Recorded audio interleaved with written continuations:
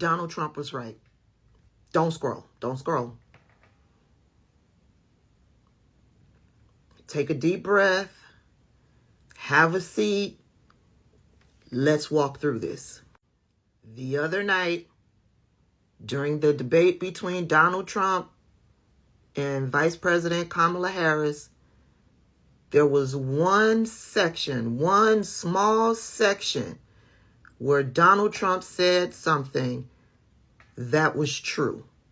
But here's the full context of that conversation. A 12 or 13-year-old survivor of incest being forced to carry a pregnancy to term? They don't want that. And I pledge to you, when Congress passes a bill to put back in place the protections of Roe v. Wade, as President of the United States, I will proudly sign it into law. But understand, if Donald Trump were to be reelected, he will sign a national abortion ban. Understand, in his Project 2025, there would be a national abortion monitor that would be monitoring your pregnancies, your miscarriages. I think the American people believe that certain freedoms, in particular the freedom to make decisions about one's own body, should not be made by the government. Thank you, Vice President Harris. Well, there she goes again. It's a lie. I'm not signing a ban, and there's no reason to sign a ban, because we've gotten what everybody wanted. Democrats, Republicans, and everybody else, and every legal scholar wanted it to be brought back into the states, and the states are voting. And it may take a little time, but for 52 years, this issue has torn our country apart, and they've wanted it back in the states. And I did something that nobody thought was possible. The states are now voting. What she says is an absolute lie.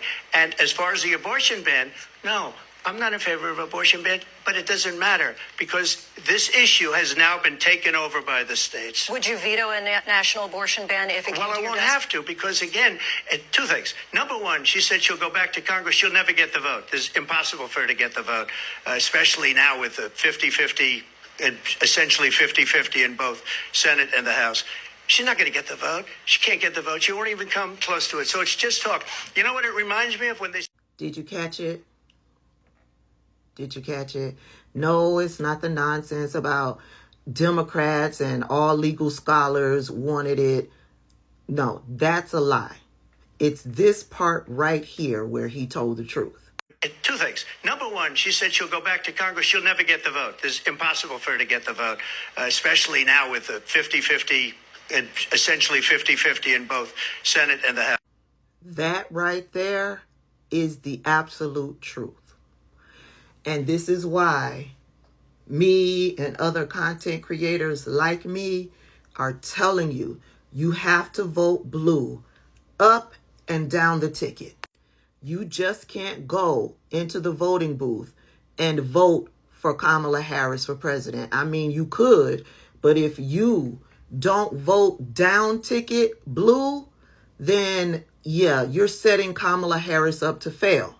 If you go into that voting booth and only vote for House representatives or Senate,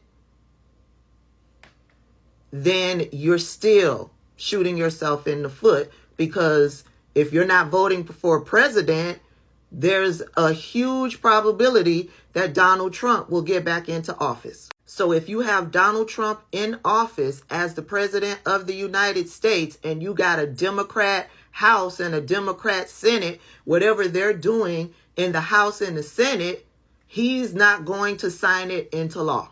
If you go into that voting booth and only vote for local elections and your Senate and your House representatives, there's still going to be a problem.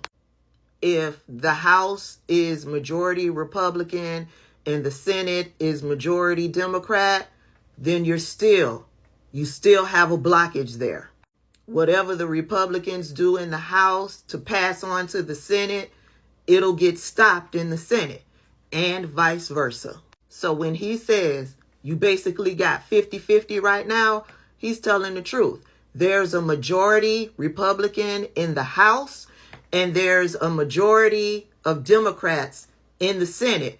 But the Senate is defunct because we got Kyrsten Sinema and Joe Manchin, who don't want to vote along the lines as Democrat. They vote along the lines as Republican.